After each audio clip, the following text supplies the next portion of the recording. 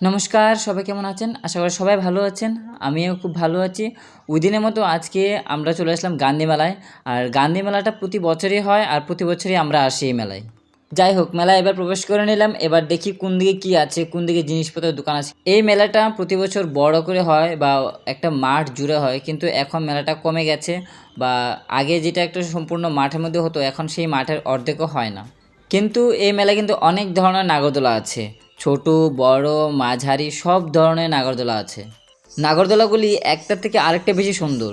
মানে অনেক সুন্দর করে সাজিয়েছে, বেশিরভাগ লাইটিং। একবার এই নাগরদোলাটাকে দেখুন, কত সুন্দর সব কিছু লাইটিংয়ের উপর দ্বারা কিন্তু সাজানো হয়েছে। মেলা বলে কথা, অনেক ধরনের বক্স বা গান তো বাজবেই। আর ওই যে গানগুলো প্লে করলে যে কপিরাইট চলে আসবে, তার জন্য আর কি সেই গানগুলো দেওয়া হয়নি। ভাবছিলাম এই নাগরদোলাগুলো চড়বো, কিন্তু যে দাম পার পার্সন 80 টাকা করে, মানে একজনই 80 টাকা। যাই হোক, ওটাকে বাই বাই বলে আমরা গেছিলাম ছোটদের এখানে। নাগরদোলাগুলি যেমন সুন্দর তেমন বড় আর তেমন দাম, মানে প্রতি পার পার্সন 80 টাকা নিচ্ছে।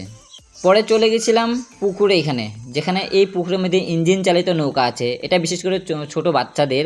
আর এটার টিকিট প্রায় 100 টাকা হবে কি 80 টাকা হবে। আমরা কিন্তু মেলায় এসে এ পার থেকে ও প্রান্ত খালি ঘুরেই বেড়াচ্ছি, কিছু কেনার নাম নেই আর প্রচুর দাম জিনিসপত্র।